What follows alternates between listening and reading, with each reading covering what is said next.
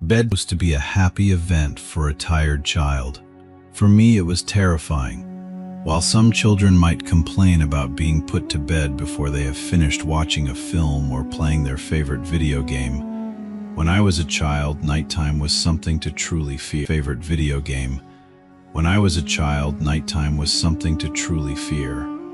Somewhere in the back of my mind, it still is. As someone who is trained in the sciences, I cannot prove that what happened to me was objectively real, but I can swear that what I experienced was genuine horror. A fear which in my life, I'm glad to say, has never been equaled. I will relate it to you all now, as best I can. Make of it what you will, but I'll be glad to just get it off of my chest. I can't remember exactly when it started, but my apprehension towards falling asleep seemed to correspond with my being moved into a room of my own. I was 8 years old at the time, and until then I had shared a room, quite happily, with my older brother.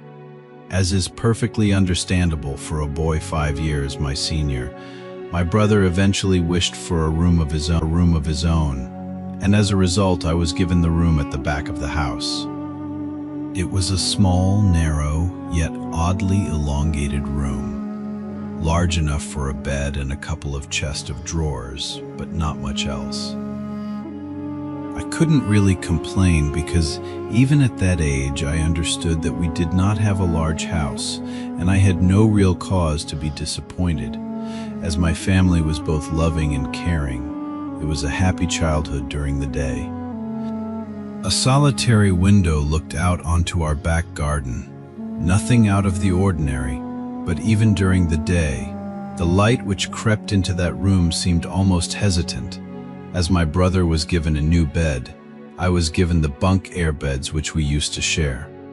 While I was upset about sleeping on my own, I was excited at the thought of being able to sleep in the top bunk, which seemed first to me. From the very first night, I remember a strange feeling of unease creeping slowly from the back of my mind. I lay on the top bunk, staring down at my action figures and cars strewn across the green-blue carpet.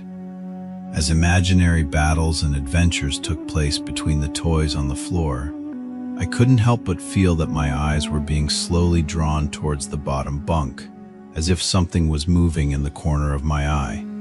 Something which did not wish to be seen. The bunk was empty, impeccably made, with a dark blue blanket tucked in neatly, partially covering two rather bland white pillows.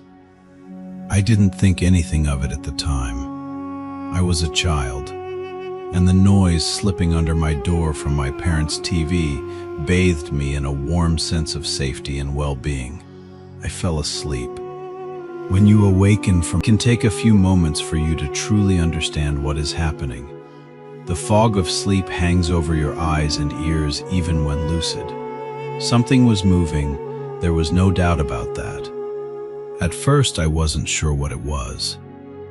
Everything was dark, almost pitch black, but there was enough light creeping in from outside to outline that narrowly suffocating room. Two thoughts appeared in my mind almost simultaneously. The first was that my parents were in bed because the rest of the house lay both in darkness and silence. The second thought turned to the noise, a noise which had obviously woken me.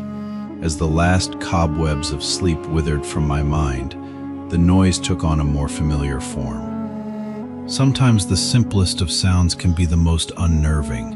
A cold wind whistling through a tree outside, a neighbor's footsteps uncomfortably close, or in this case, the simple sound of bed sheets rustling in the dark. That was it.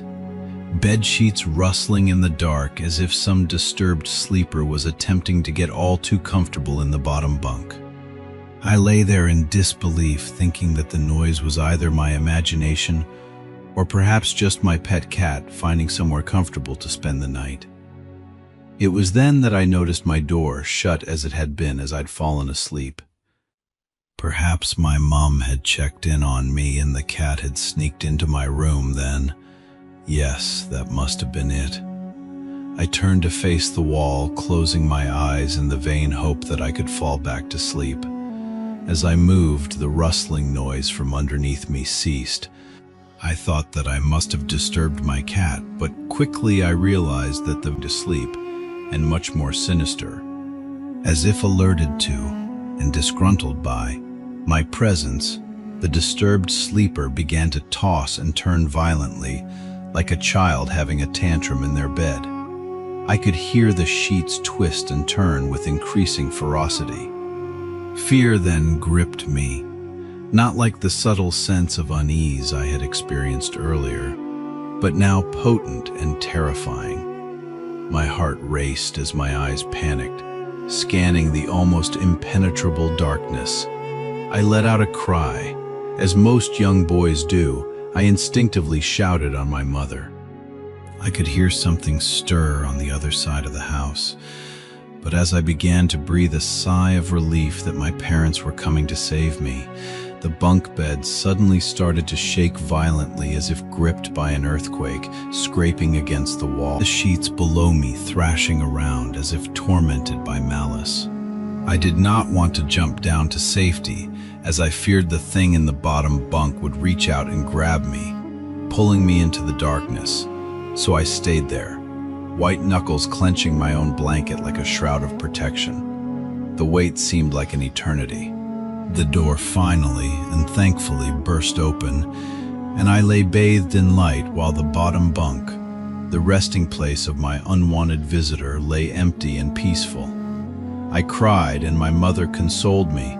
Tears of fear, followed by relief, streamed down my face. Yet, through all of the horror and relief, I did not tell her why I was so upset.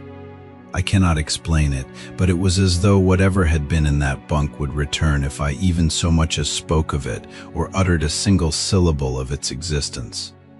Whether that was the truth, I do not know, but as a child I felt as if that unseen menace remained close, listening. My mother lay in the empty bunk, promising to stay there until morning. Eventually, my anxiety diminished. Tiredness pushed me back towards sleep, but I remained restless, waking several times momentarily to the sound of rustling bedsheets. I remember the next day wanting to go anywhere, be anywhere, but in that narrow, suffocating room. It was a Saturday, and I played outside, quite happily with my friends. Although our house was not large, we were lucky to have a long, sloping garden in the back. We played there often, as much of it was overgrown and we could hide in the bushes, climb in the huge sycamore tree which towered above all else, and easily imagine ourselves in the throes of a grand adventure in some untamed exotic land. As fun as it all was, occasionally my eye would turn to that small window. Ordinary, slight, and innocuous. But for me, that thin boundary was a looking glass into a strange, cold pocket of dread. Outside, the lush green surroundings of our garden, filled with the smiling faces of my friends, could not extinguish the creeping feeling clawing its way up my spine, each hair standing on end. The feeling of something in that room, watching me play, waiting for the night when I would be alone, eagerly filled with hate. It may sound strange to you, but by the time my parents ushered me back into that room for the night, I said nothing. I didn't protest. I didn't even make an excuse as to why I couldn't sleep there. Nothing. I didn't protest. I didn't even make an excuse as to why I couldn't sleep there. I simply and sullenly walked into that room, climbed the few steps into the top bunk, and then waited. As an adult, I would be telling everyone about my experience. But even at that age, I felt almost silly to be talking about something which I really had no evidence for. I would be lying, however, if I said this was my primary reason. I still felt that this thing would be enraged if I so much as spoke of it. It's funny how certain words can remain hidden from your mind, no matter how blatant or obvious they are. One word came to me that second night, lying there in the darkness alone, frightened, aware of a rotten change in the atmosphere, a thickening of the air as if something had displaced it. As of the bed sheets below, the first anxious increase of my heartbeat at the realization that something was once again in the bottom bunk. That word, a word which had been sent into exile, filtered up through my consciousness, breaking free of all repression, gasping for air, screaming, etching, and carving itself into my mind. Ghost. As this thought came to me, I noticed that my unwelcome visitor had ceased moving.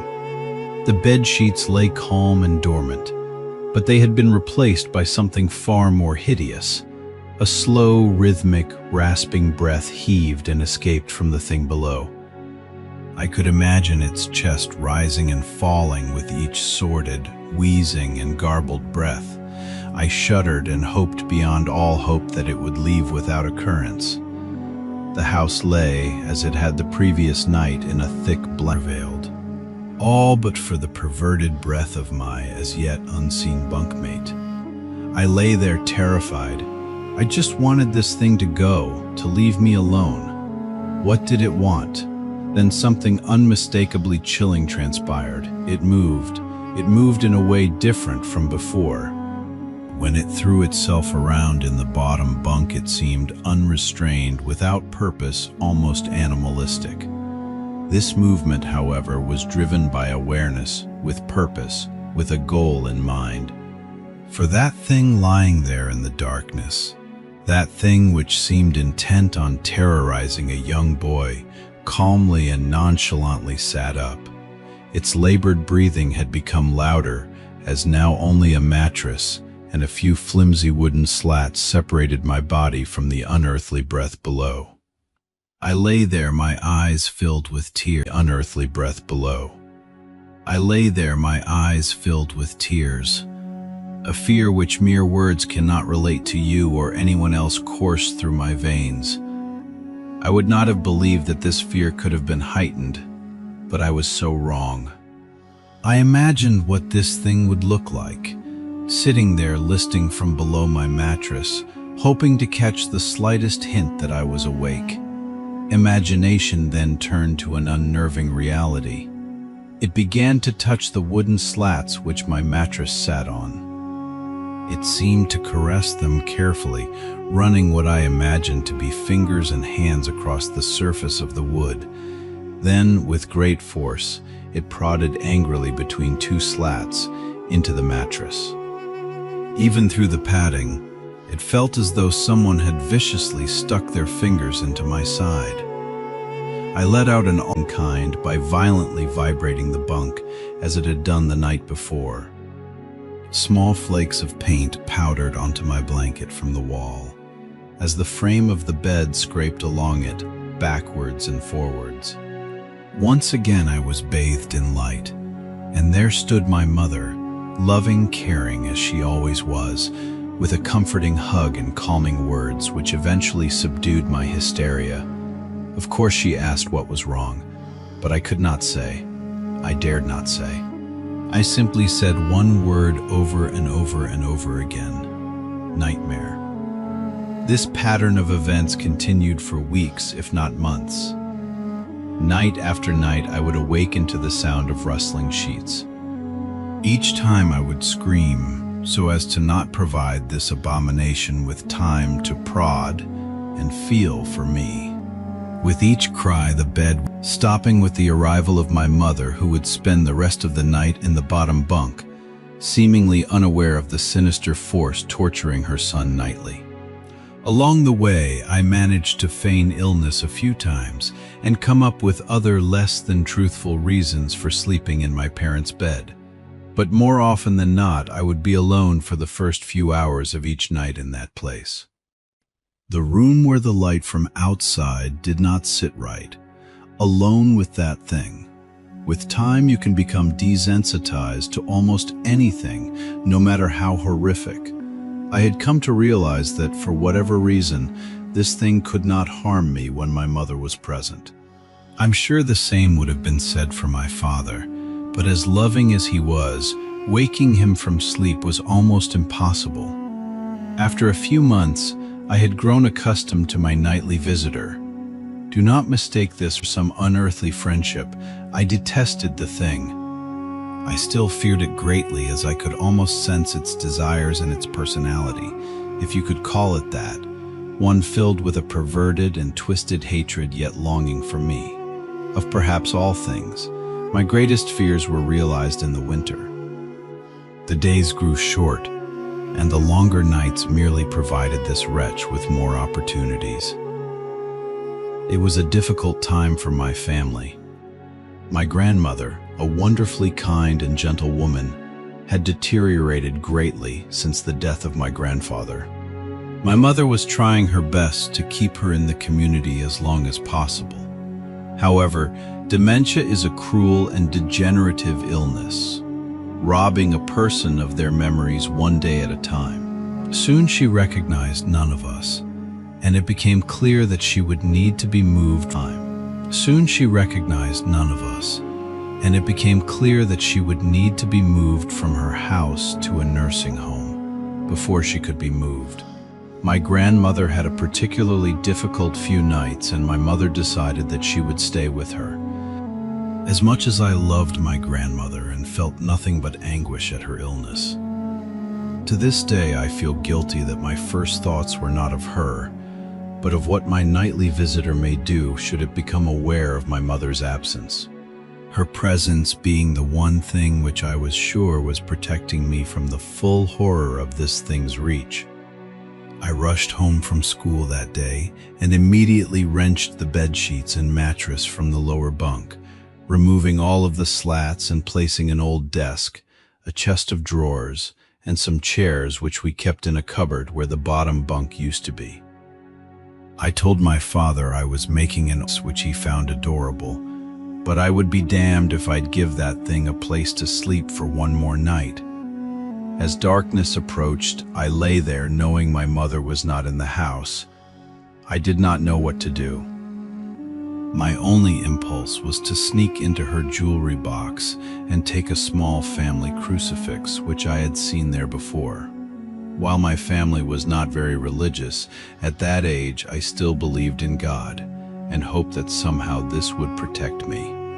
Although fearful and anxious, while gripping the crucifix under my pillow tightly in one hand, sleep eventually came, and as I drifted off to dream, I hoped that I would awaken in the morning without incidents. Unfortunately, that night was the most terrifying of all.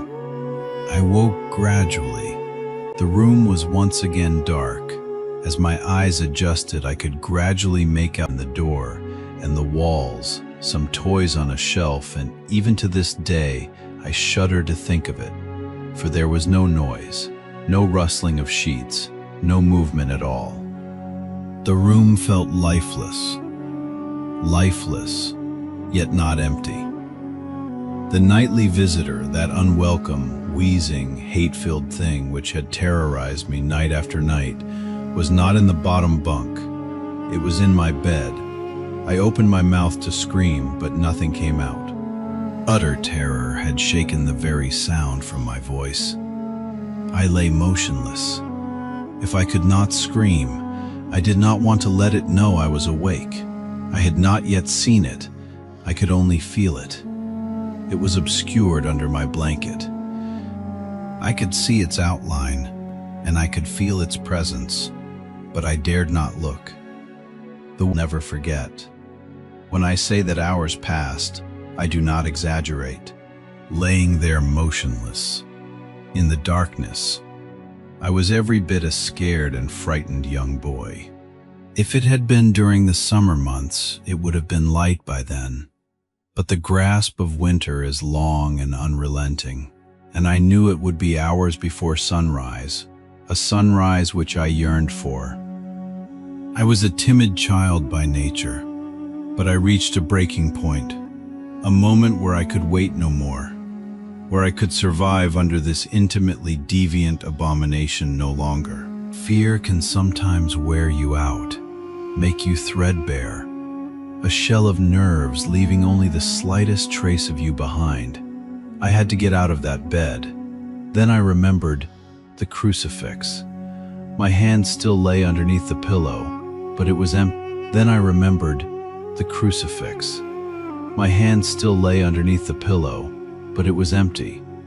I slowly moved my wrist around to find it, minimizing as best I could the sound and vibrations caused, but it could not be found.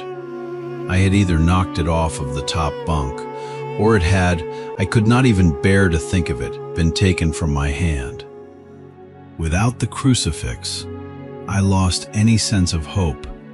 Even at such a young age, you can be acutely aware of what death is, and intensely frightened of it. I knew I was going to die in that bed if I lay there, dormant, passive, doing nothing. I had to leave that room behind, but how? Should I leap from the bed and hope that I make it to the door? What if it is faster than me? Or should I slowly slip out of that top bunk, hoping to not disturb my uncanny, realizing that it had not stirred when I moved? Trying to find the crucifix, I began to have the strangest of thoughts. What if it was asleep? It hadn't so much as breathed since I had woken up. Perhaps it was resting, believing that it had finally got me, that I was finally in its grasp. Or perhaps it was toying with me. After all, it had been doing just that for countless nights, and now with me under it, pinned against my mattress with no mother to protect me, maybe it was holding off, savoring its victory until the last possible moment, like a wild animal savoring its prey. I tried to breathe as shallowly as possible, and mustering every ounce of courage I could, I reached over slowly with my right hand and began to peel the blanket off of me. What I found under those covers almost stopped my heart. I did not see it, but as my hand moved the blanket, it brushed against something smooth and cold, something which felt unmistakably like a gaunt hand. I held my breath in terror as I was sure it must now have known that I was awake. Nothing. It did not stir. It felt dead. After a few moments, I placed my hand carefully further down the blanket and felt a thin, poorly formed forearm. My confidence and almost twisted sense of curiosity grew as I moved down further to a disproportionately larger bicep muscle. The arm was outstretched, lying across my chest, with the hand resting on my left shoulder as if it had grabbed me in my sleep.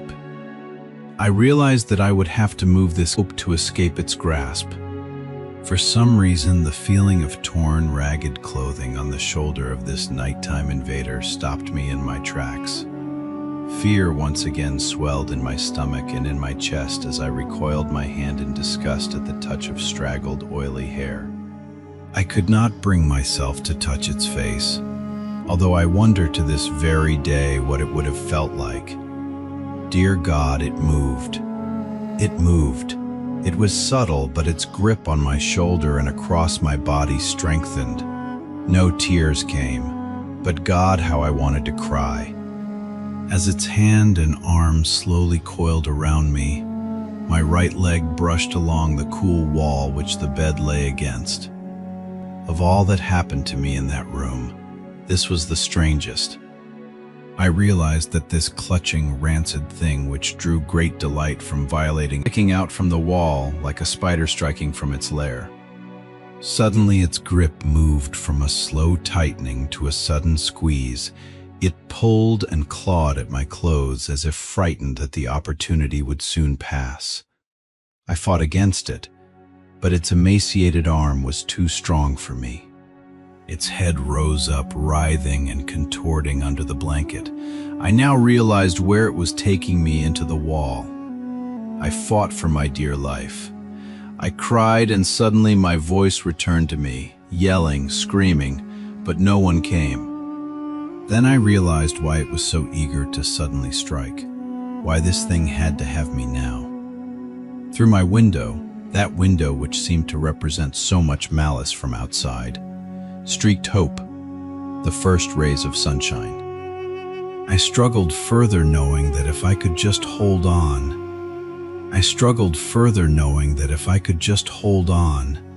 it would soon be gone. As I fought for my life, the unearthly parasite shifted, slowly pulling itself up my chest, its head now poking out from under the blanket, wheezing, coughing, rasping. I do not remember its features. I simply remember its breath against my face, foul and as cold as ice. As the sun broke over the horizon, that dark place, that suffocating room of contempt was washed, bathed in sunlight. I passed out as its scrawny fingers encircled my neck, squeezing the very life from me. I awoke to my father offering to make me some breakfast, a wonderful sight indeed. I had survived the most horrible experience of my life until then, and now. I moved the bed away from the wall, leaving behind the furniture I had believed would stop that thing from taking a bed. Little did I think that it would try to take mine and me. Weeks passed without incidents. Yet on one cold, frost-bitten night, I awoke to the sound of the furniture, where the bunk beds used to be, vibrating violently. In a moment it passed. I lay there, sure I could hear a distant wheezing coming from deep within the wall, finally fading into the distance. I have never told anyone this story before. To this day, I still break out in a cold sweat at the sound of bed sheets rustling in the night, or a wheeze brought on by a common cold, and I certainly never sleep with my bed against a wall. Call it superstition if you will, but as I said, I cannot discount conventional explanations such as sleep paralysis, hallucination, or that of an overactive imagination. But what I can say is this: the following year, I was given a larger room on the other side of the house, and my parents took that strangely suffocating, elongated place as their bedroom. They said they didn't need a large room, just one big enough for a bed and a few things. They lasted 10 days. We moved on the 11th. After writing my account of an horrific experience I had as an 8-year-old child, many have encouraged me to speak about the aftermath. I've been hesitant to do so as I have felt unsettled since I broke my silence. Sleep has not come easy to me these last few nights. My skepticism, however, remains resilient, and as such I will tell of what I experienced in the other room. This won't be as long, it's over a few days, but that was more than enough for me. If you recall, after that unwelcome nightly visitor left me, I was moved into another bedroom a year later. This room was much larger than the previous one, and had a warm and welcoming atmosphere to it. Some places feel bad. The room before felt foul, but this one did not. Thankfully, I was given a normal bed. The previous one was taken apart and thrown out. A welcome sight, I might add. I loved my new room. I enjoyed the space for all of my toys. I was happy that the place was large enough to have my friends drop by, but most of all I was relieved to just be out of that uneasy, foreboding part of the house. On the first night, I slept more soundly than I had done for a long, long time. Of course, I still moved my bed several feet from the wall. I told my mother that I and my friends liked to use the gap between the bed and wall as a hiding place when we were playing. I awoke the next day feeling refreshed and relaxed. As I lay there watching some of my favorite cartoons on a small portable television, I noticed something odd. An old dark brown armchair, which had always been there, sat at the foot of my bed, large and looming. It was frayed and worn, having been given to us as part of a suite by my cousin, but it had been used many times even by then. The chair itself was not unusual, but what unsettled me was that I could have sworn that before I had went to sleep, the chair had been facing away from the bed. Now, in the cold light of day, The chair was facing me. I assumed one of my parents had moved it while I slept. Probably looking for something which had been left there before we switched rooms. The second night was not as restful. It was around 11 p.m. and I could hear my parents' TV from the other side of the house. The room was largely in darkness, the only illumination an orange hue drifting through my window from the streetlights outside. I lay there content, until I heard something quiet, yet unmistakable. At first I thought it was the sound of my own breath exhaling and inhaling as I rested, but when I stopped for a moment, the quiet, almost inaudible sound of someone else in the room breathing in and out did not cease. It continued rhythmically and without pause. I lay there in the darkness, but while I was still recovering from the terror, entirely afraid. The breathing was so distant, and unlike the wheezing I had heard during my encounter with that thing in the wall, that I remained calm, and even at that early age, I believed that it was so subtle that it was probably my imagination playing tricks on me. Still, I took no chances. I stepped out of bed, walked across the room and turned the light on. The sound had gone. I stared at that old worn armchair facing the foot of my bed, which was within reaching distance of where I slept, and turned it around to face the other way. I had no real reason to do so, but something about it sitting there filled me with dread. The third night I was not so fearless. Again, I awoke in darkness. Lying on my back, I stared up at the ceiling, which seemed to happily absorb the dim orange light from the street. The tree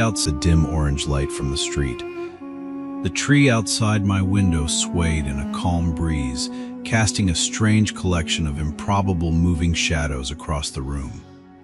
I could hear nothing but the long and distant hum of the city's night traffic. Just as I began to drift back into sleep, I heard it. A creak from the bottom of my bed, as if something had moved or shifted its weight on the floor. I raised my head, peering through the darkness, but saw nothing strange. Everything sat as it had done throughout the day. Nothing was out of place. I cast my gaze across the room. Some comics on the floor, a few boxes which had still to be unpacked, the armchair unmoved, still facing away from the bottom of my bed. There was nothing sinister here. I was now fully awake, enjoy some late-night TV. I'd have to keep the volume low, of course, as my older brother would hear it in the next room, and no doubt tell me to switch it off. Just as I sat up fully in bed, I heard it again. A low creak accompanied by a sound, the sound of the slightest of movements. I looked again at the room. The dim orange shadows cast by the leaves hanging by my window now took on a more menacing form. I still saw no reason to be afraid. I stared at the chair at the end of my bed and saw nothing unusual about it. It's quite common for the mind to take a moment to fully come to terms with what it is seeing. It takes time to put the full horror of what is in front of you together into a moment of cold, bitter realization. Yes, I was staring at that old, worn armchair in the dark. Staring at was the person sitting in it. In the dim light, I could only see the outline of the back of its head, the rest obscured by the spine of the chair. I sat motionless, staring, praying, hoping that my eyes were being misled by their surroundings. The slow creak of movement as it shifted in its battered throne chilled me to my very core. This was no mere trick of the dark. Then, it shifted onto its right side. I knew what it was doing. It was turning to look at me. It was difficult to make out, for even in that room it seemed darker than everything around it. I saw what looked like a collection of long fingers slip over the crest of the chair, and then another. The room was silent, but for the sound of this thing shuffling in its seat and the crash of my racing heart.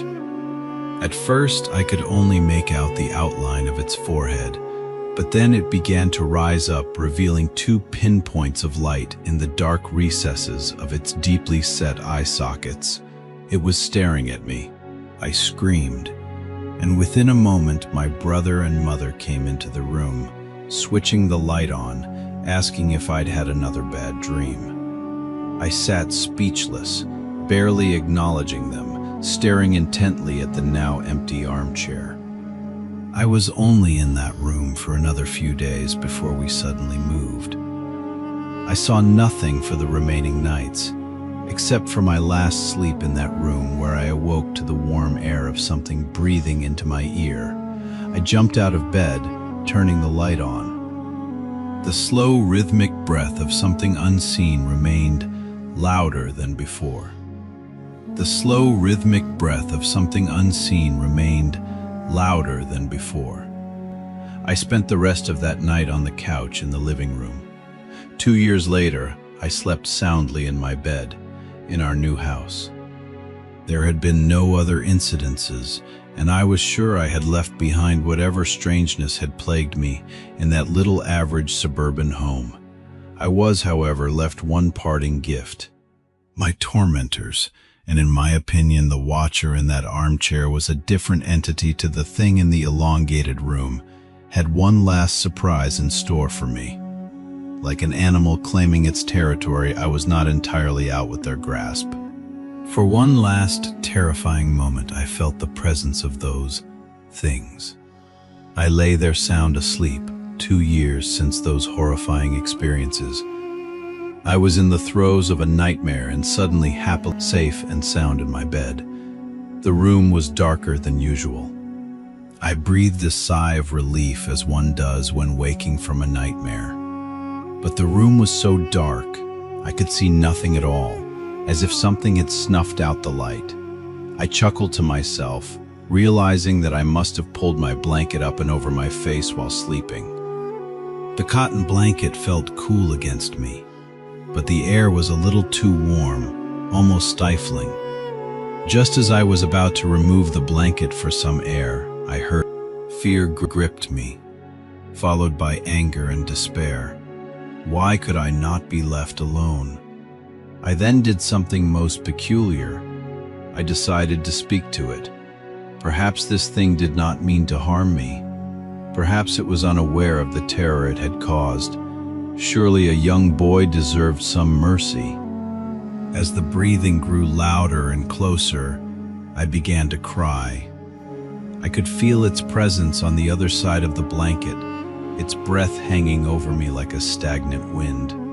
Through the tears I uttered 2 words, words which surely would put an end to all of this. Please stop. The breathing began to change. It became more animated, quicker somehow. I could hear something shuffling next to me, standing close by.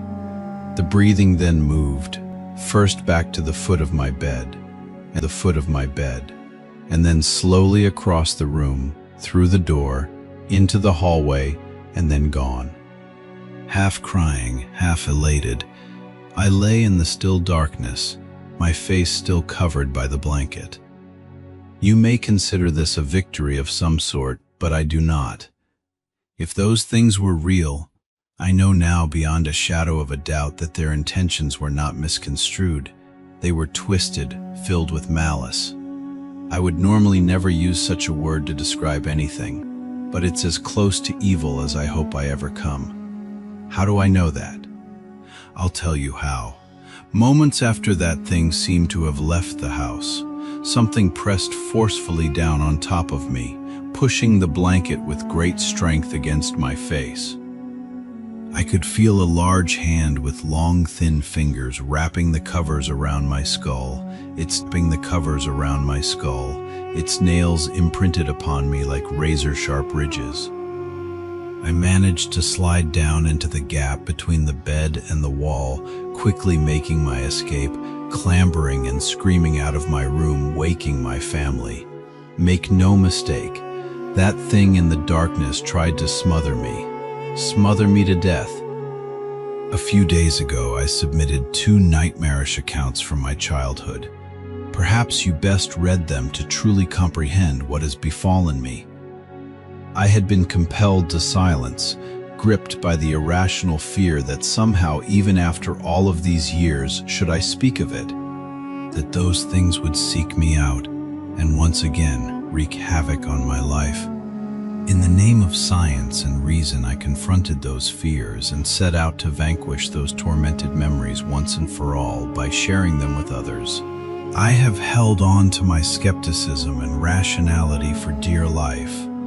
I have allowed them to define me, but this morning I was presented with verifiable physical evidence. Evidence of what I do not know, but it cannot be ignored.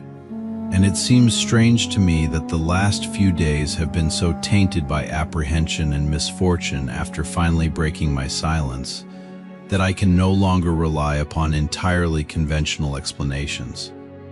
In the wake of sharing those traumatic experiences I had as a child, I have been plagued by an overwhelming sense of unease. Initially, I attributed this to the fear I had experienced in simply recounting and reliving those terrible events in my mind. But as the days passed, it felt like so much more. A feeling of impending doom consumed my every thought. While sleep came to me, rest did not. Each morning I awoke, my nerves on edge, as if deprived of sleep for an age. Nothing overtly frightening happened during the first few nights. No visitation, no unwelcome bedfellows, no wheezing breaths reaching out from deep within my bedroom walls. But I had that distantly familiar feeling of not being alone. Do not misunderstand. I did not sense someone in the room with me. I did not hear, smell, or feel anything remotely supernatural. But throughout my days and nights, I have sensed something subtle, almost on the periphery of my awareness. The feeling that something is on its way, something is coming. Like the first few stagnant blasts of air from a subway tunnel, the arrival of a lurching, unstoppable monstrosity, surprising yet expected.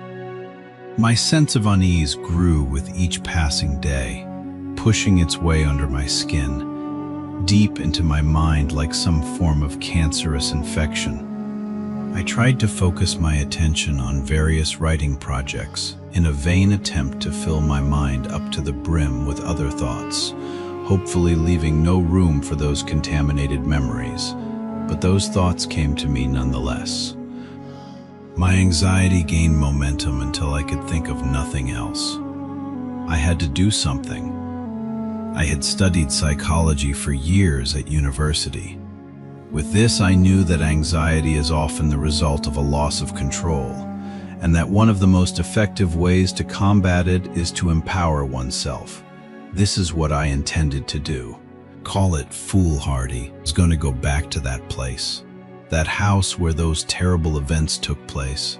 I was going to confront those memories and expose them for what they were, nonsense. It was an hour's drive to my old home, but it was one filled with elation. I was confident, at ease, happy. I was in control now, and nothing was going to get in my way from showing that the place I had feared my entire life was nothing but an average, humdrum, harmless little suburban house. Gleefully negotiating the country roads and then motorway. Finally, I made it to the city. Gradually, the streets began to take on a familiar appearance. Memories of playing in that neighborhood came flooding back to me. A play park with my favorite slide, an ash pitch where we used to play football, my schoolyard filled with hide and seek and friendships long since abandoned, but never forgotten. My mind wandered through those memories like a prodigal son walking home. Wandered so much so that before I realized it, I was pulling into the street where I had once lived. The road was long and disappeared far into the distance, finally entering into a sharp, blind turn. It was an old neighborhood and had been planned and built long before the advent of the car. This was evident by the narrowness of its roads, creating a strangely claustrophobic feeling, as if the houses on each side rose up, leering at passers-by. I slowed my speed and cast my eye over each house that I passed. It was a uniform place, with every house looking not dissimilar.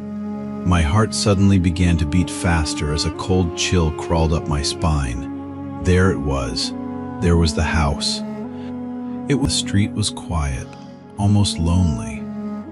I stared at that little place, wondering how such an ordinary home could have instilled so much fear in me. I had initially intended to only look at the house from afar, confirming it to me as a material construction, entirely explicable, and removed from anything uncanny. But as I parked, I took a deep breath, and before I knew it, I was out of my car, walking towards that old metallic gate, its once bright floral shapes now darkened by aged, flaking deep green paint, revealing nothing but rust beneath. I ran my fingers over its uneven top, and with a subtle gasp, I pushed it open. Walking along the path, I was shocked at how disused the garden was. I thought to myself, how much of a waste of a good lawn it was, which was all but obscured by a thick mosaic of weeds and other invasive species. But as I neared the house, I realized why. It was unoccupied. Once again, a shudder crept through me, but as my anxiety rose up, I crushed it with my rational mantra. The simplest of explanations is usually the correct one. I assumed that due to the current economic climate that the house had probably just been on the market for some time, and that the owner wasn't too aware of the old sentiment that the first bite is with the eye. But as I looked around, I could see no for sale sign, nor one to let. It genuinely seemed as though this house had been forgotten, abandoned, and left to rot. The windows at the front of the house were filthy, and as such, almost impossible to see through, But as I wandered around to the back of the building, I could see more clearly inside.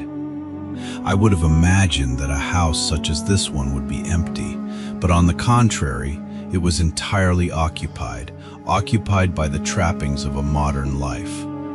I could see a television sitting in the living room corner, a coffee table with magazines strewn across it, various pieces of furniture sitting as if ready to be used, and a couple of coffee cups sitting on the windowsill still full, covered in mold. I would have thought the house was lived in if it was not for a thick layer of dust lying over everything, accompanied by the occasional spider's web. It seemed as though the most recent occupants had left in a hurry and never returned. Clambering through a sea of waist-high grass and bushes, I eventually sight of it frightened me. But this was mere memory, and not the strange feeling of being watched from within as I had experienced as a child. Peering in, the room looked eerily familiar. I suppose there is little that can be done with a room so small, so oddly narrow, but through the dirt-covered glass, the room looked almost unchanged from when I had slept in it. A bed, a set of drawers, and what looked like an assortment of toys on the floor. A profound sense of anger washed over me momentarily, but I shook it quickly from my mind. The room was clearly that of a child's, and the thought of that thing harming another innocent filled me with contempt for such a thought, and within me swelled the desire to protect any child from such an abomination. As I gazed at that wall, of which a bed lay along my neck, stood up. For a moment, and it was for only the slightest, I thought I saw the blanket on top of the bed move. More than that, through that window pane I could have sworn I heard a wheezing gasp. Closing my eyes tightly, I repeated another scientific mantra. Science does not owe its debts to imagination, Opening my eyes, I saw nothing but an empty bedroom. No foul spirits, no unearthly things, just a room, no more, no less. I breathed a sigh of relief as if that all was well with world for the first time in many days. You may think that it was wishful thinking, but I genuinely felt that I had shown myself that there was nothing to be scared of other than my overactive imagination. It was starting to get dark, and I wanted to be home before the night. Filled with confidence now that my anxieties were behind me, there was one last thing I needed to do. When we had left that house, we did so in a hurry. As a child, it was disorientating, even frightening to leave everything I knew behind. But there was one thing left which I always wondered about. At the bottom of the garden stood a sycamore tree which looked to be even older than the house. I was amazed at how unchanged it was. I had grown up, gone on to pastures new, but the old sycamore still stood, wise, warm, almost friendly in its appearance. I think it's a rites of passage for any child to have a place to hide things. It's often their first experience with independence, something removed from any authority figure.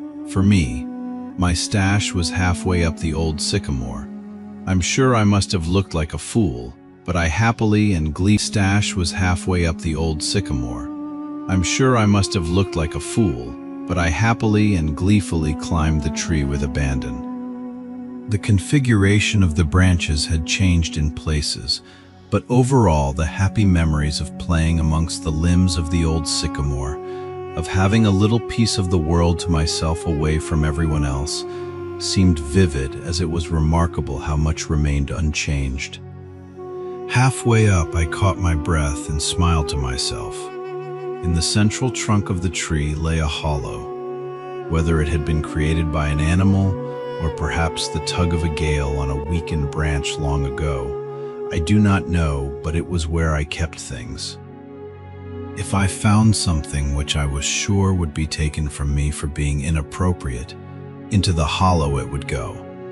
The truth is, though, that the majority of the items inside were very interesting, mostly just toys and rarely exotic pieces of contraband like a slingshot or some smoke bombs. I had no reason to hide the toys, but when I was young it felt adventurous to have a secret.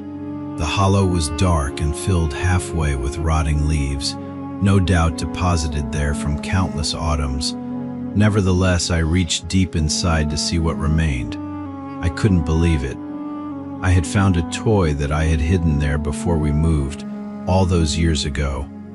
I could feel the plastic in my hand, its sharp edges unmistakable, but the leaves and darkness of the hollow obscured its view from me as I struggled to remove it from the thick, wet mixture of rotting leaves and rainwater. It seemed to be caught amongst a collection of small twigs.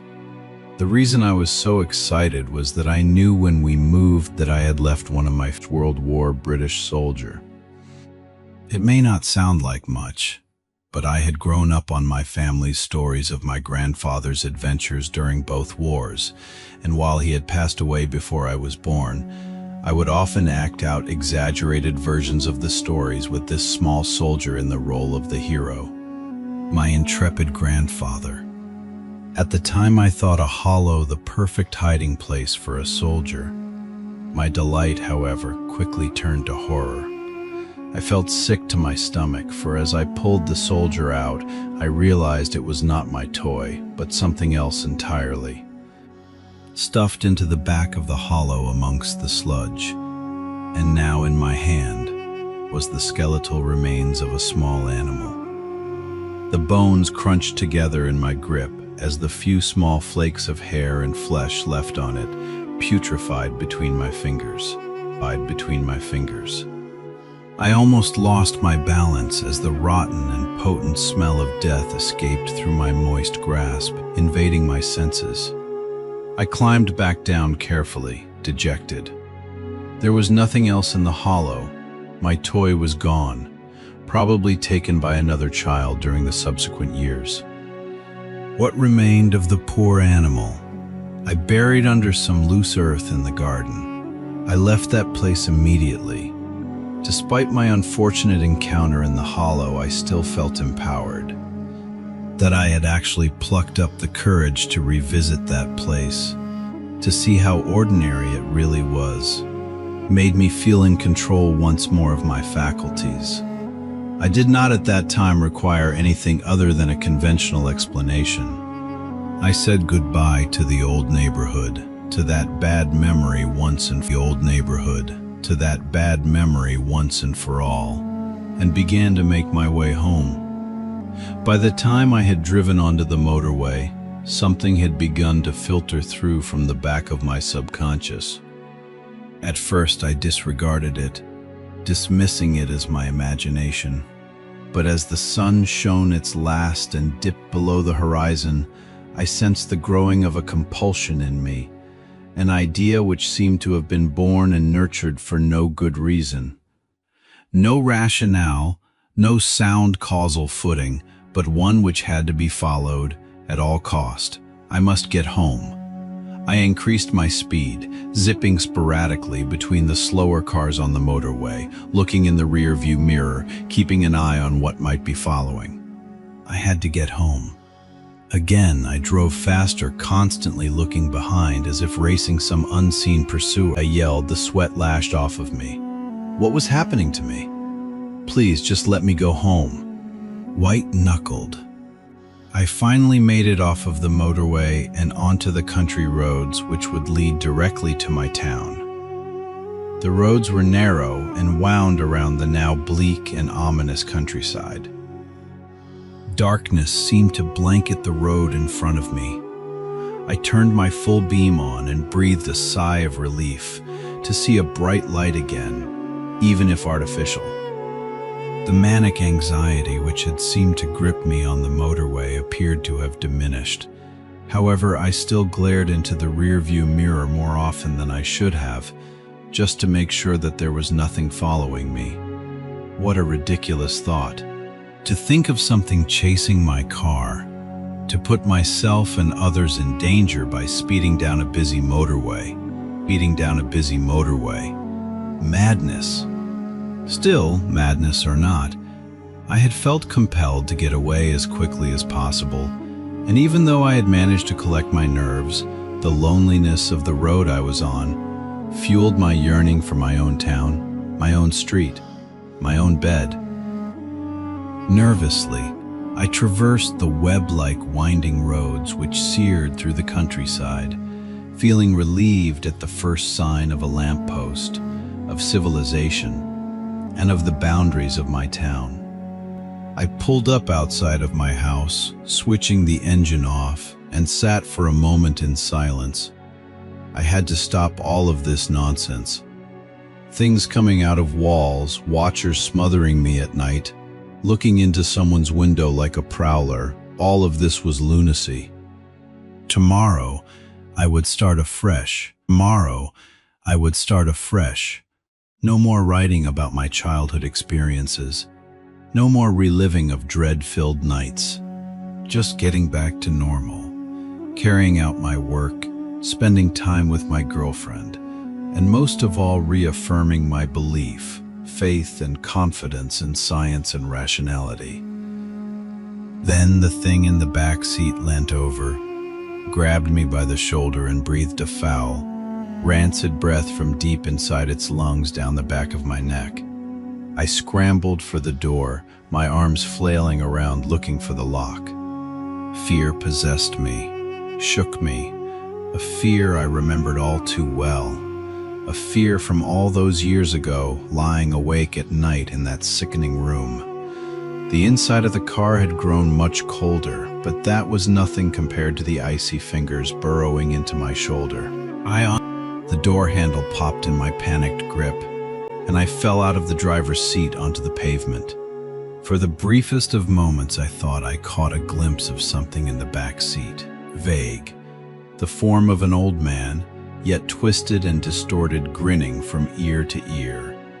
Luckily, there was no one around, as had there been I would have appeared a mad fool, for the car was empty. I grabbed the keys from the ignition and booted the door shut with my foot, locking it for the night. I staggered down the path and into my house. I'm not going to lie to you, but I drank myself to sleep last night. You may recall that I said I had evidence, actual physical evidence of something unnatural. You might be wondering what that evidence is. Well, I could say that it was the marks on my shoulder that made me shudder with fear. Or I could tell you that my bedroom window lying prised open this morning.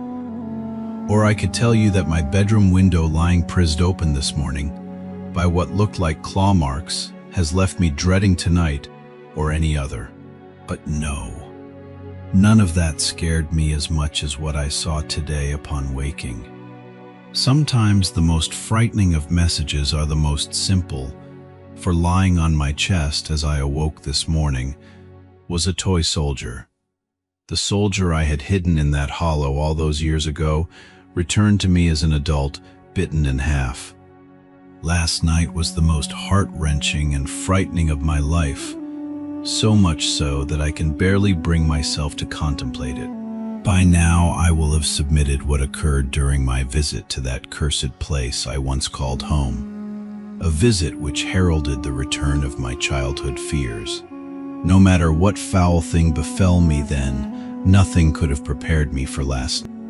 After waking up to the chilling sight of that toy soldier bitten in half, I found that the window to my bedroom was slightly ajar. On closer inspection, it looked entirely as if the window had been prized open from outside. The latches were bent back, out of position as if subjected to an unrestricted, unbound brute force. From the outside looking in, I could see 3 indentations where the unwelcome housebreaker had used some kind of tool to leverage the window unnaturally away from its latch. What was peculiar about those markings was that they seemed to cut across the outside of the window frame like an old, uneven razor. Unlike a crowbar or other implement, which would have merely left a dent where it had been used as a wedge to force the window open. Nothing had been stolen, and I attempted to rationalize the markings on the window as human-made, not claw-like as they appeared to be. The toy soldier returned to me so violently, I could not explain. My heart sank at the very thought of it.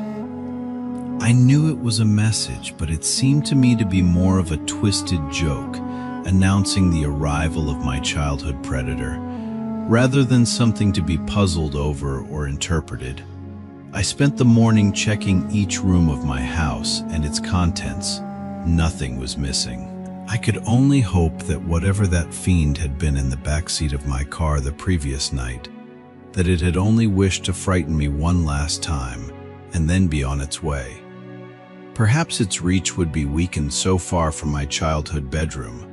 It is all too easy for any sane person to persuade themselves that a traumatic event is something more benign, but in this instance I could not. That broken toy was not a mere joke, I wished to know. My thoughts naturally tumbled inwards and back to those terrifying nights I had as a child. I was now reintroduced to the apprehension of bedtime, the longing for the day and the anxiety of night.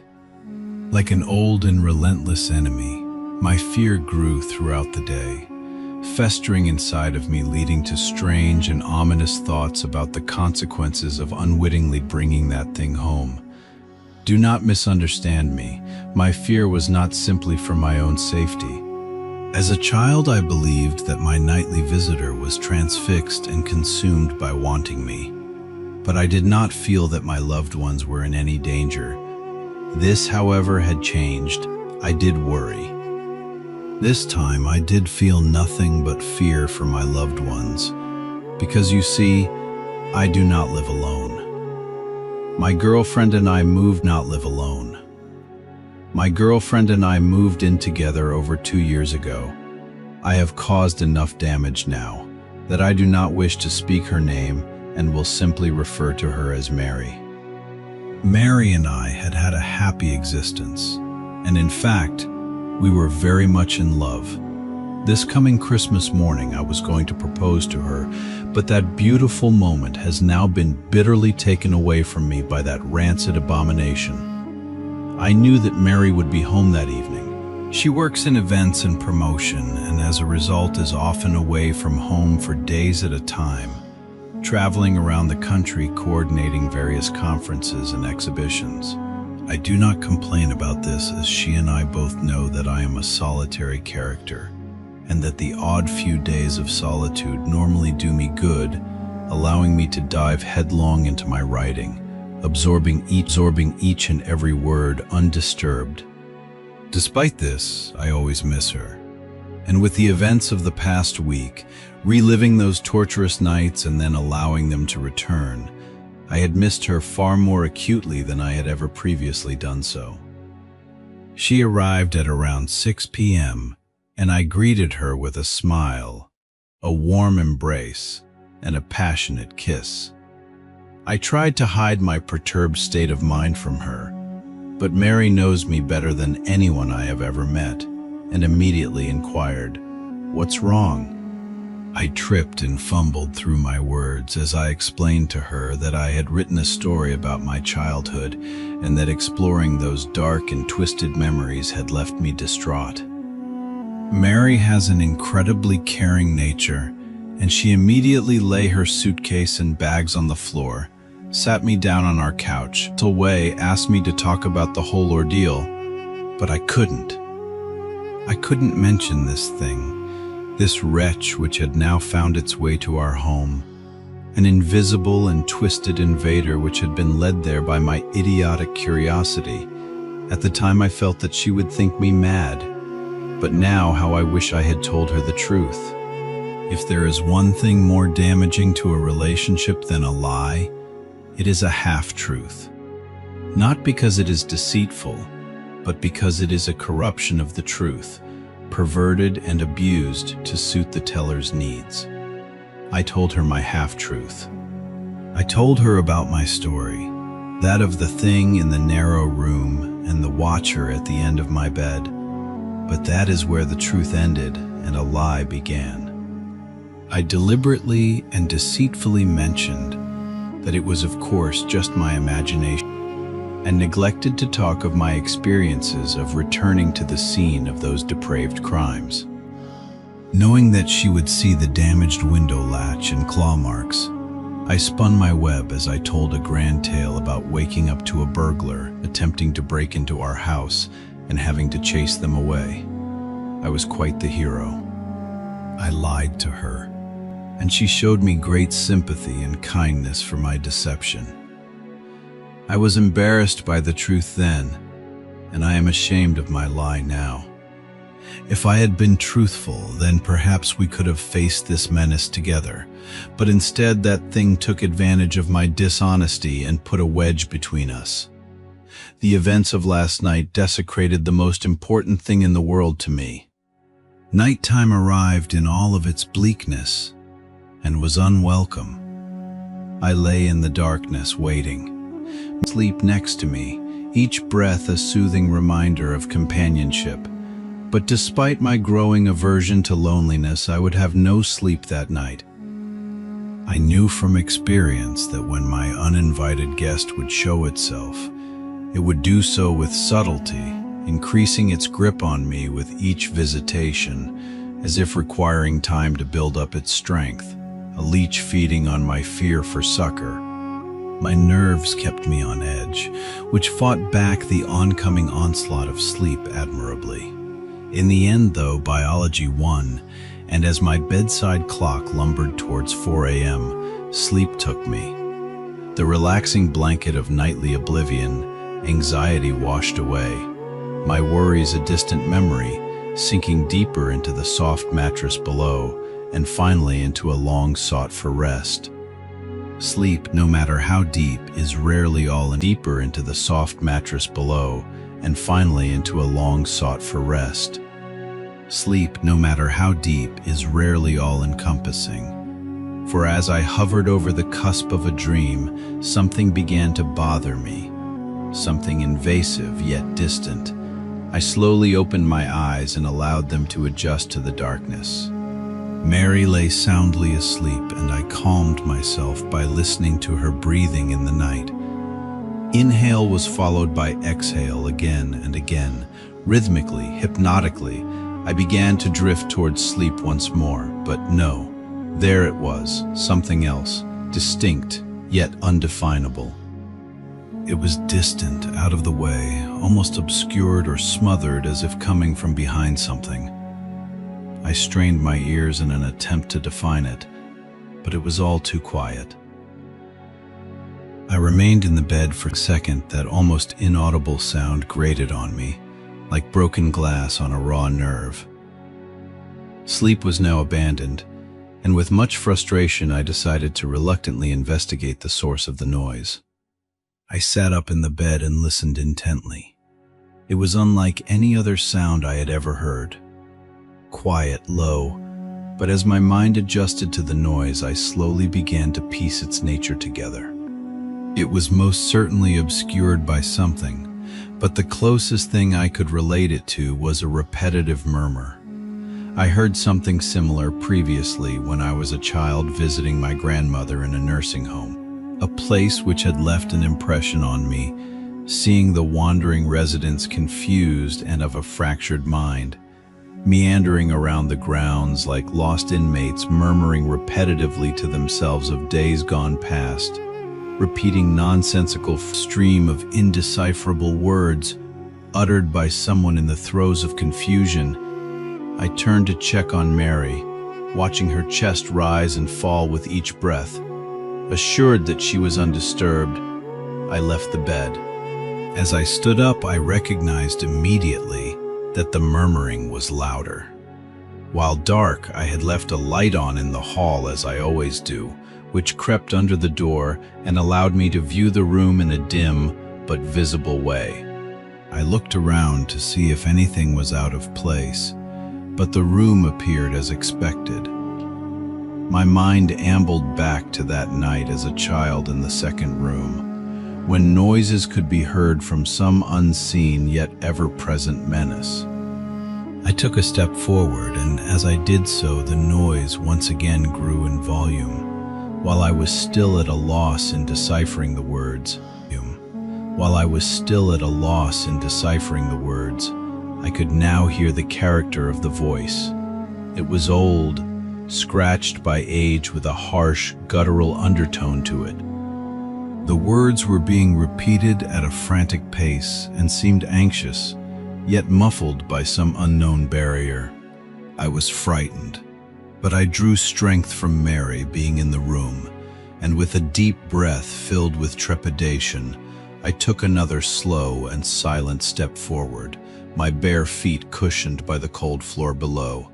Again, the voice became louder.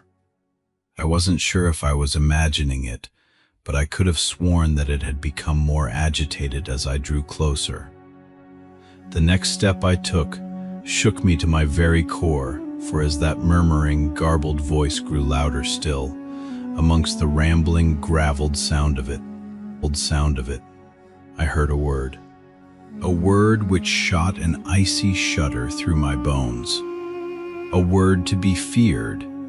It spoke my name. Dear God, it knew my name. To me, it was as if knowing who I was somehow endowed that thing with an unlimited reach, that I may never be rid of it, that it could kill me at any moment. Something suddenly caught my eye, a movement accompanied by a ruffle of cloth. I knew now where that rhythmic, agitated voice originated. I knew now why it was muffled and difficult to decipher. I could now see it, only a few feet in front of me. Standing behind the closed curtains, the moon was in its ascendancy outside, and while its glimmer could not entirely penetrate the thick cloth, it could barely and faintly outline the thing watching between my wings. I cannot now convey the strangeness which then overcame me. My anxiety and terror had heightened, but an unusual compulsion, an untimely sense of purpose took me over. I had to see what it was. I took another tentative step towards the curtains. They swayed slightly as if caught by a breeze, but I could not tell whether the movement had been caused by myself or the hand of that thing hiding behind a shroud of cloth. I was now close enough to hear its labored breathing, the displacement of fluid at the back of its throat palpable with each inhalation. This was it. I was going to confront this monstrosity from my past, this tormentor of children, this coward.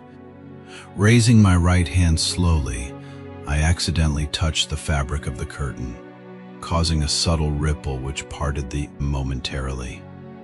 I gasped, for through that temporary slit, only for a moment I saw it. My God, how can I describe what was standing there? Even now I close my eyes and wish that I could erase it from my memory. It shivered and shook as it continued to murmur, repeating some indecipherable phrase, sounding like a bizarre mixture of numerous languages. Its emaciated skin stretched over an unnatural frame of brittle and prominent bones, vertebrae, ribs, and other inner workings almost protruding through its paper-thin, pale, languidly pink, and almost bruised-looking husk. As malnourished as it appeared, the stomach was distended in places, and its bony appearance did nothing to diminish the feeling that it was capable of exerting itself with brute, perverted force on any of its victims. Sickness swelled in my stomach. A tainted, offensive smell filled the air, and as it murmured and whispered in the darkness through what sounded like broken, fractured teeth, I could not help but feel pity for this wretch, quivering in the night as if victim of a long starvation. I quickly came to my senses and realized that this thing was not to be pitied, but feared, not to be understood, but exposed. It was not shivering because it was cold. It was shaking with excitement, like a drug addict anticipating their next dose. Standing there, contemplating what I had just seen between the curtains, I once again prepared myself to remove its shrouded, clothed protection and to reveal it for what it was.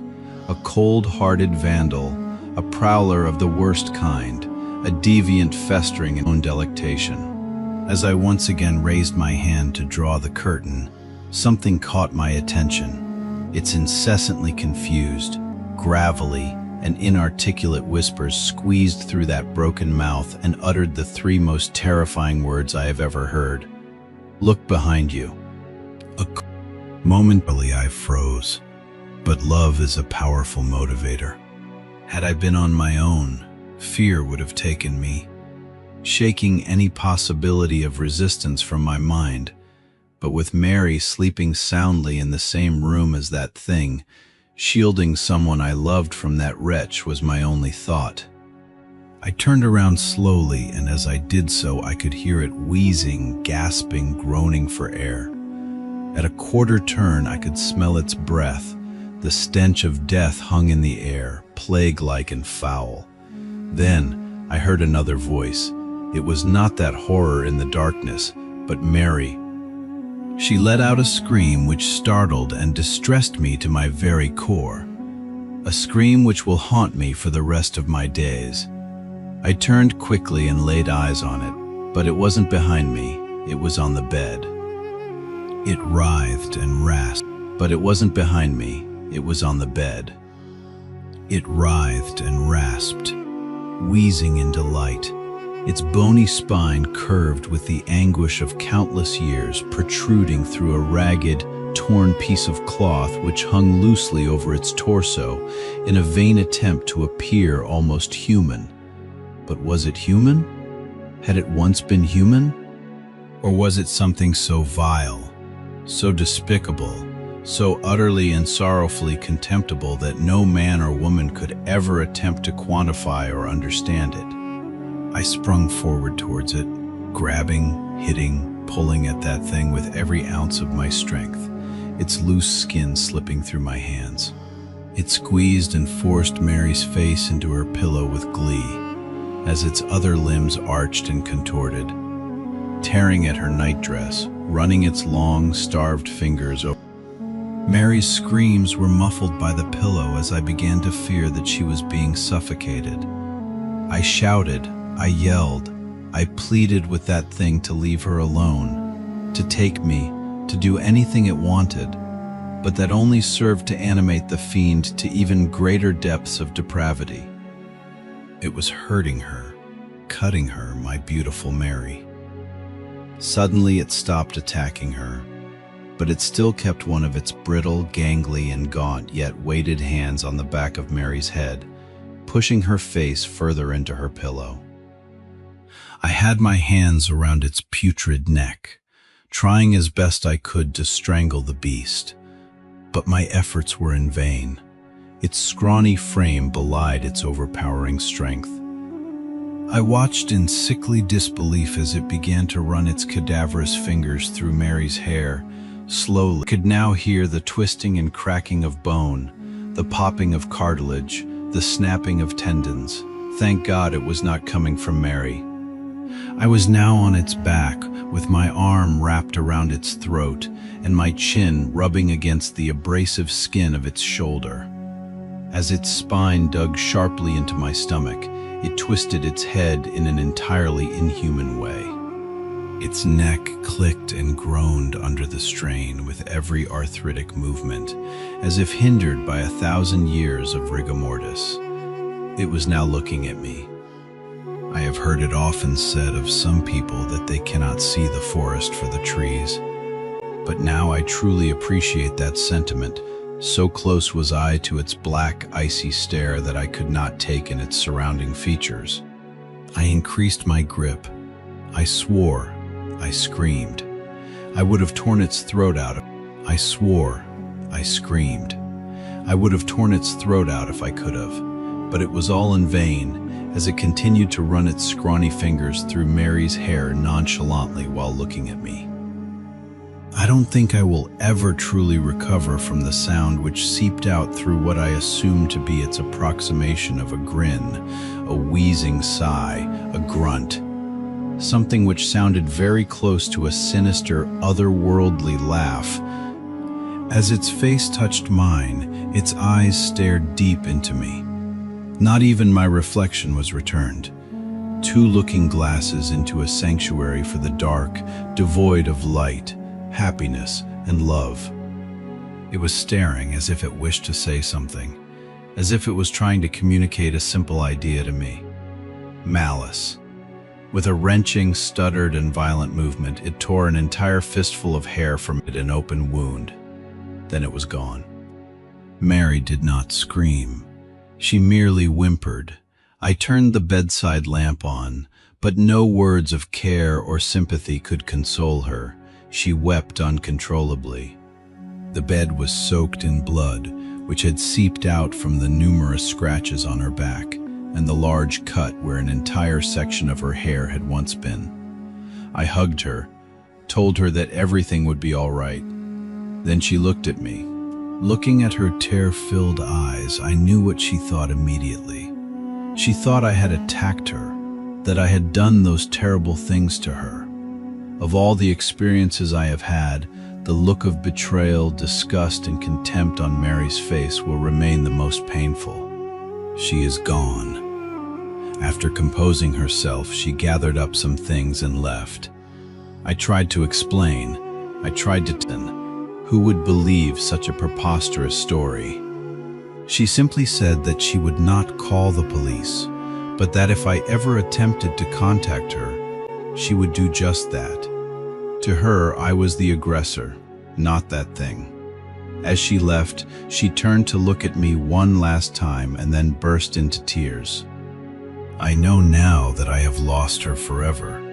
The woman I love more than anything on this earth thinks I am a violently hideous human being. If only she could understand that whatever did this, that it was not human, and if it ever was, it had long since abandoned that nature. It was 5 a.m. when Mary left me. It's 9 a.m. now. I am sitting here in the cold light of day at my kitchen table, writing this so that there is some record of what has transpired. so that people know, so that Mary knows that whatever happens, that whatever occurs from here on in, that it was that despicable creature from my childhood, from that cursed narrow room all those years ago, which rained this misery down upon me, upon us. I must now dispense with the sentiment. I could easily sit here mourning the loss of my relationship with Mary, or I could allow myself to be overcome with fear, to do nothing, but that simply will not do. I can hear the laughter of my neighbor's children outside. At different stages in my life, I remember that same feeling of joy and happiness from something as simple as playing with friends, or climbing a tree, or kissing the woman you love, or even drifting off to sleep at bedtime to dream of what could be. In the safety of a happy family home. Memories. Only memories. I fear I will never experience that happiness again. This thing has broken me, but I am resolute. Whatever that hideous wretch has in store, whatever it desires to do with me, I will not allow that thing to harm another person or to invade another child's life as it did mine all those years ago. I must leave you all now, as there is much to be done before it gets dark, before it returns. My plans are made, and with any luck they will succeed. I wish I could say we will speak again, but I think that is unlikely.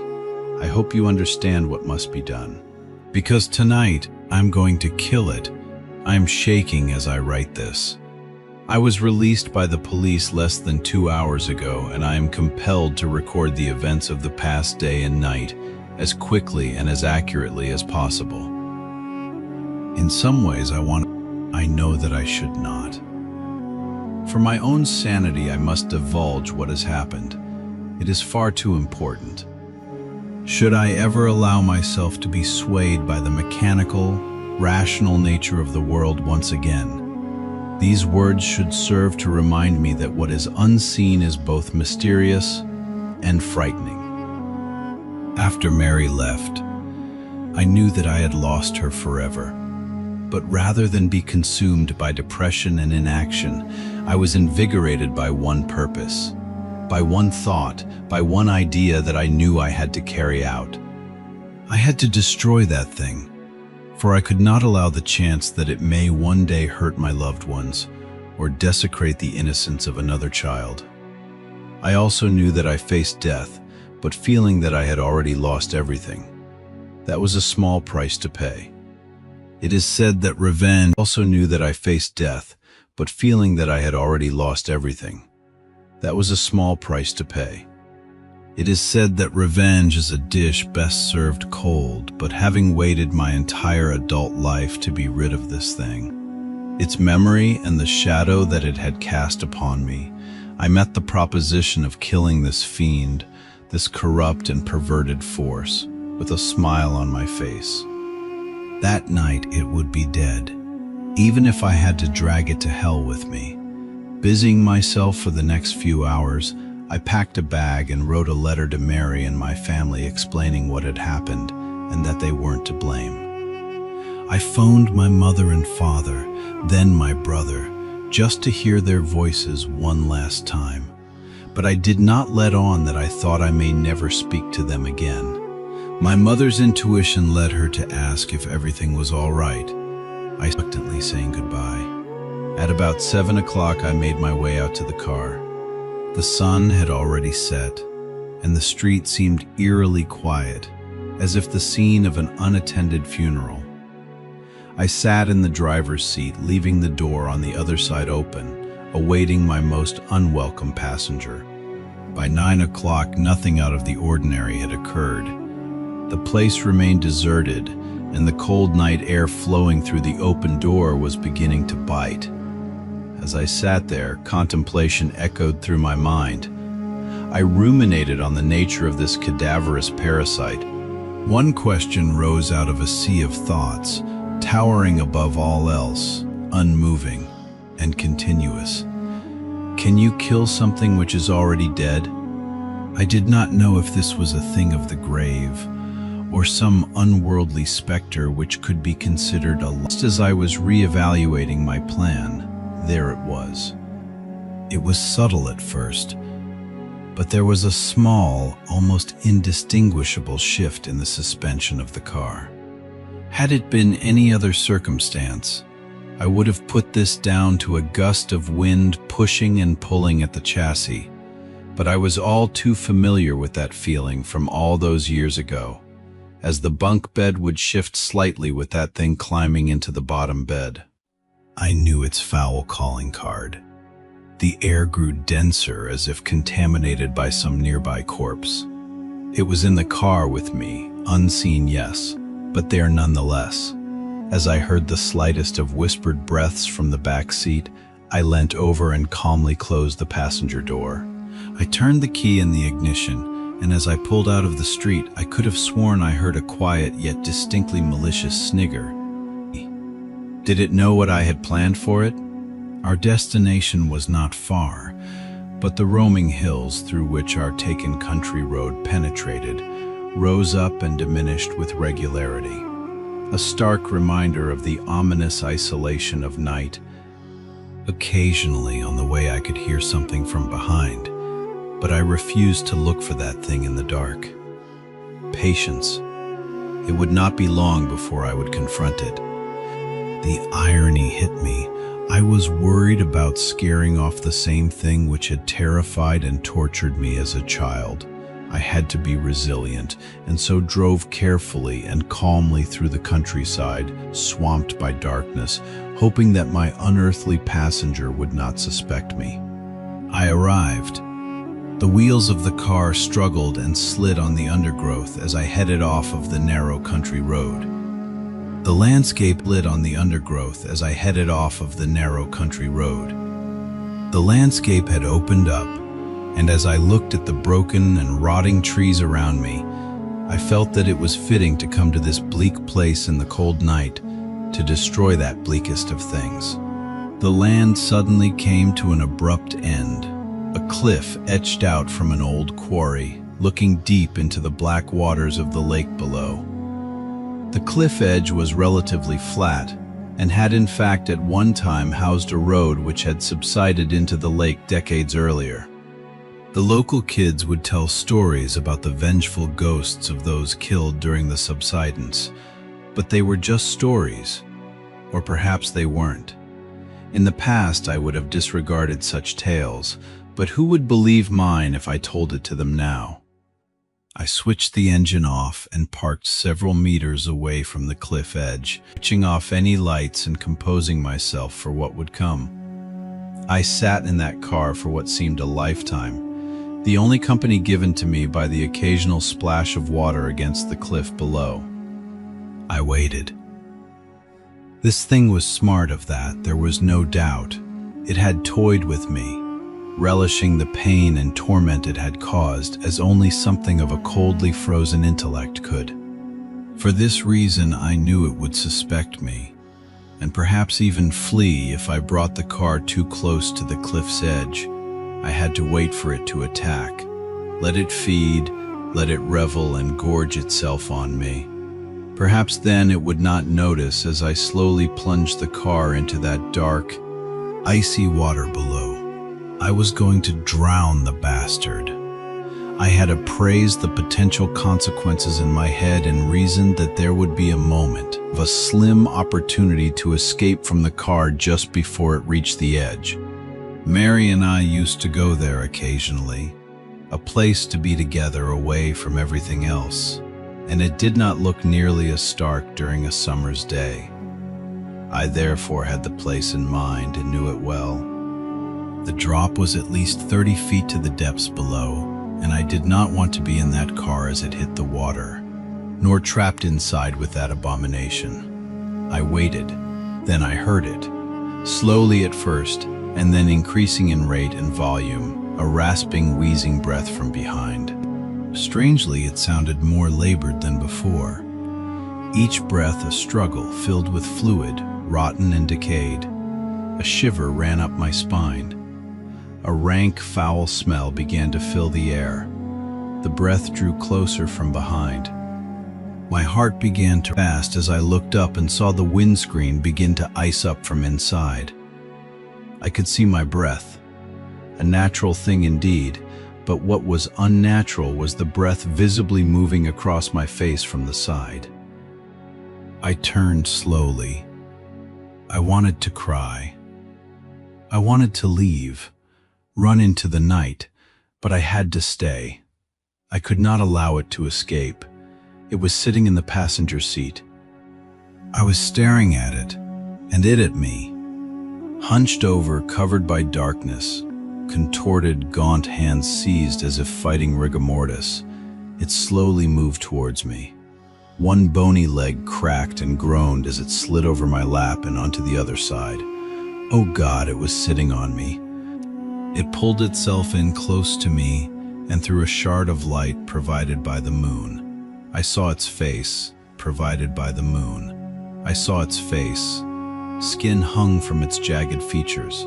Glassy eyes stared deep into me as its grin spread up through its face, unnaturally wide as the result of its half-rotten flesh, exposing the rotten muscles, broken teeth, and sinews of its rancid smile beneath. Pulling closer, it opened its mouth, revealing a wet and putrid tongue, which could be seen through part of its missing jaw. Wheezing, breathing heavily, a foul stench which stung my eyes and filled my mouth elicited a response from me as I retched, my body attempting to expel its poisonous fumes, and as I did so it stopped for a moment, and then cackled to itself, happy, content, staring into its icy cold eyes. It yet gave the impression of an afflicted and increasingly weak old man. It was strong, but it seemed as though it had lost some of its potency. Perhaps leaving that elongated room had somehow affected it. Its long, protruding fingers caressed my face, and then, as a show of intent, it stuck one of them deep into my shoulder.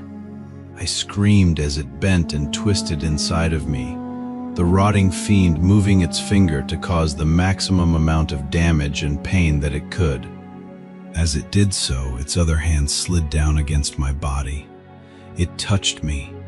It was time.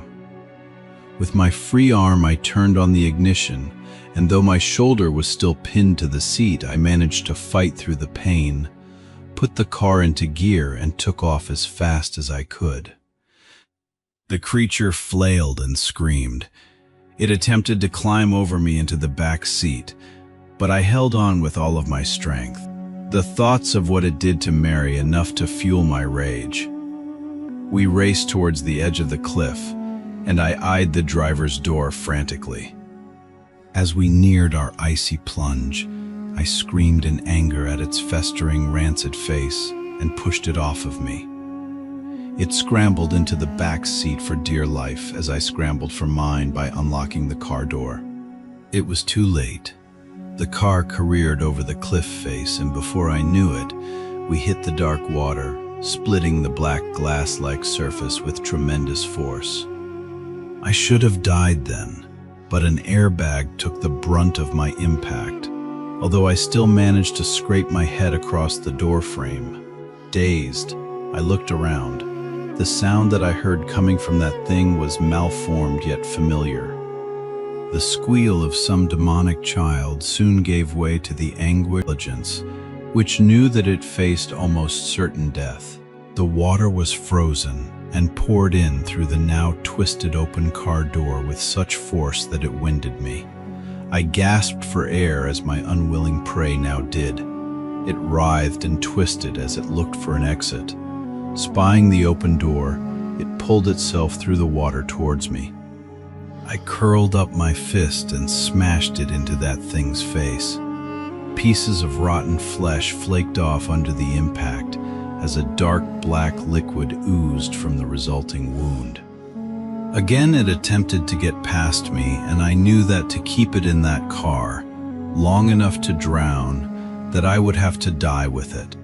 I felt numb as the frozen water slipped over my chin. My heart struggled against the cold, and with a sudden surge I was submerged and had breathed my last. I was submerged and had breathed my last. I held my breath, but only to compose and ready myself for an icy, suffocating death. I hoped that it would not be painful. My thoughts returned to Mary and my family. An all-consuming sense of sadness and despair overwhelmed me. But as I struggled with that thing trying to get past me and through the door, grabbing and flailing with its arms, I looked down and saw it. Its leg was trapped between the dashboard and floor of the car by the impact of the fall, and although it could move, it could not leave. I turned immediately for the door. I could barely see but a foot in front of me in that black water, but there was enough moonlight to light my way. Just as I got to the door, the wretch grabbed hold of me and pulled me back to it. It had given up all hope of escaping, but it wanted to drown me with it. We fought for what felt like an age in that cold, bitter grave as the car slowly sank deeper and deeper into the darkness. I could now feel my body pleading with me to take a breath, to exhale my last gasp of air, and then inhale the frozen water. I'm happy to say that I used my wits to get out of such a horrible fate. Orientating my body, I pushed my feet against the dashboard with enough force to at last escape its slippery grasp. I do not remember much else, bar the anguished and hate-filled scream that my tormentor let out as I left it to die at the bottom of that icy lake. I found myself walking through the wilderness, cold, wet, but alive. The wound in my shoulder slowed me down, but I kept the bleeding at bay by applying pressure to it with my walk home, and I am amazed that I did not collapse from exhaustion or hypothermia. When I saw the familiar sight of the street that I live on, I was filled with a sense of accomplishment, a sense of pride and triumph. I had beaten that thing once and for all. That is, until I went inside my house and found a trail of large, wet footprints leading from the front door to my bed. Disbelief took me. Despair so sharp and so overwhelming that I am unable to convey it with mere words. It was lying in my bed, waiting, a white sheet covering its emaciated body from sight. The human mind is a wonderful thing. Just as you believe your body has reached a level of exhaustion that it cannot recover from, that your emotions are so frayed that you feel you cannot continue, a thought springs as if miraculous you cannot continue. A thought springs as if miraculous from a weary mind. Let it rest, for now. I quietly crept through the dark and picked up my wallet, which I had left on a small coffee table in the center of my living room. Leaving the door unlocked, I left to attend to a new plan and returned an hour later. With a moment's preparation, I slipped into the spare room. There I lay in that unsullied bed waiting. I was sure that this was the end game, that instead of toying with me, it would come for the kill. How it had escaped that watery grave I did not know, but I would be damned if it would escape again. I could only hope that it would sense me from the other room. I closed my eyes, pretending to be sound asleep. Time lumbered onwards, and although I fought it, exhaustion finally took me, sending me into it with its hands around my neck. It coughed and spluttered on top of me, a rancid black liquid dripping on my face as it oozed from its facial wounds. I struggled, gasping for air and hoping that I had the strength in me to escape its grasp. But it was too strong, and my hands could not grip it with any sense of conviction, as it seemed to be dripping wet from its plunge into the lake. It may not have seemed rational at the time, but as my vision dimmed and the last light of consciousness extinguished within me, I did as so many animals do in their last moments. I played dead. Lying motionless, holding my breath, it shook me violently by the neck and then released me. I waited for my moment, my last chance to destroy this thing. Its labored breathing relaxed slightly and seemed. I waited still for a shift of weight which might have let me throw it to the ground. Leaning down close to me, its wide, crumbling sneer puckered, gathering its putrid saliva in its mouth and in what was left of its cheeks. It then showed utter contempt for the living and the dead. It spat its festering fluid onto my face, the remnants dripping down onto me through a hole in its jaw. I wanted to scream, to do anything to remove such a vile smear on my skin, but I dared move. The time was not right. Leaning in closer, it prodded and scratched at the wound in my shoulder, the pain shearing through my body. With all of my resistance, I remained motionless. Then, it slowly and patiently slid two of its long, distended fingers into my mouth. The taste was overwhelming. Dead. The arthritic clicking of its knuckles shook my resolve. As it arched its back in glee, it suddenly pushed its fingers deep down into my throat. I gagged, an instinctive reaction. Instead of being shocked, a garbled laugh emanated through its broken teeth as it thrust its fingers deeper into my mouth. I felt its cold, hard flesh scraping against the inside of my throat, pleading without words for it to stop. In our darkest of moments, we sometimes find our true strength. I rolled to my side using its weight against it and finally managed to break free. I fell onto the floor, its long reach grasping at my feet. I kicked and screamed and at last was free. It stared at me, only for a moment. Rising up on top of the bed, its brittle bones cracking under its own, now towered tall and gaunt, ready to pounce. Since I was a child, I had been a victim. It had terrorized me, taken my innocence, attacked Mary, and broken my life. I would not stand for it anymore. Sometimes the most dangerous prey is the one who can outthink you, the one that lulls you into a false sense of dominance or superiority, the one who has conquered any fear of you with a sense of anger and betrayal. It had fallen into my trap, one conceived by logic, reason, and an understanding of the world through the eyes of a scientific mind. Fire cleanses all. As it groaned, shrieked, cracked, and contorted, readying itself to pounce. In one swift motion, I removed a blanket from the floor, revealing a bucket filled with gasoline which I had bought in that short time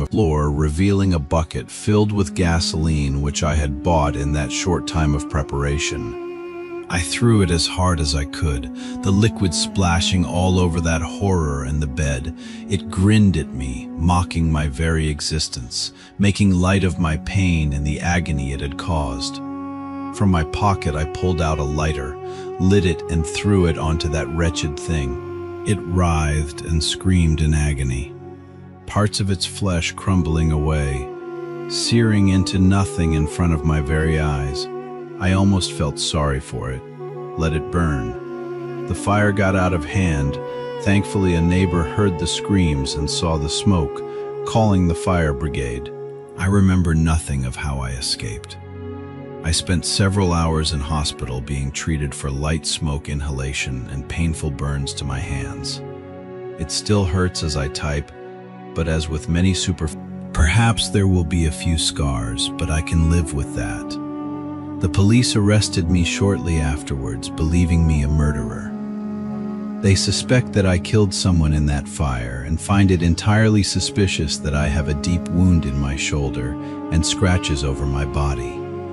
I've been told not to stray far in case they wish to ask me further questions, but they can ask away. I doubt they'll believe my answers.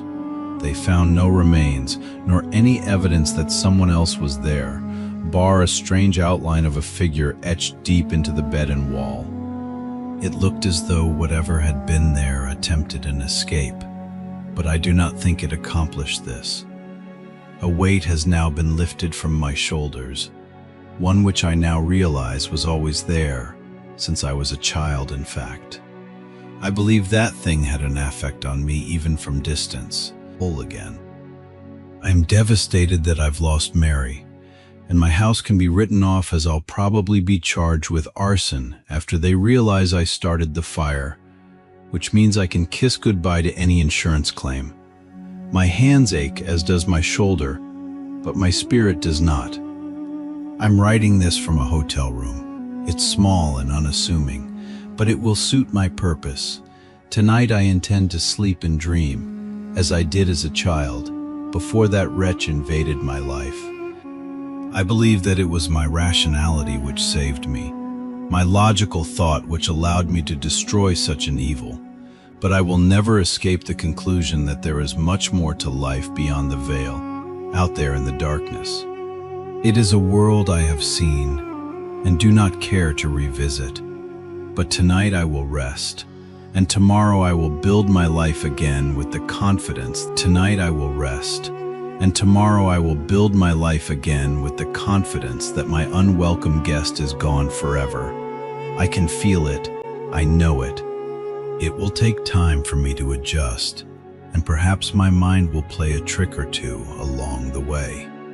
It is difficult to abandon the paranoia of a lifetime. I must learn to accept my safety once again. I refuse to be looking over my shoulder for the rest of my days, but I will always be cautious, as I was when I was in the hospital this morning, lying on a bed in a quiet ward. I thought I felt the bed shake for the briefest of moments, but I know that it was just my imagination. I am glad I have written down my experiences. It has illuminated much about myself to me, and most importantly, should anyone ever, God forbid, find themselves in a similar situation, then now it is bedtime, and I must rest, for I have never known a weariness such as this. Good night. Thank you for staying with me until the end. Let me know what you thought about tonight's story in the comments below. I'd love to hear your thoughts and theories. If you'd like to hear more stories like this, be sure to subscribe to the channel and turn on notifications so you never miss a new upload. And if you enjoyed this video, please consider leaving a like, commenting, and sharing it with others who enjoy horror stories. If you have a creepy, strange, paranormal, or unexplained experience of your own, or know someone who does, you can send it to us through the email address in the description or the pinned comment. You can submit your story either in written form or as a voice recording. If your story is selected, it may be featured in a future video and shared with the Lorephobia Vault community. Thank you for listening. Until next time, keep the vault closed.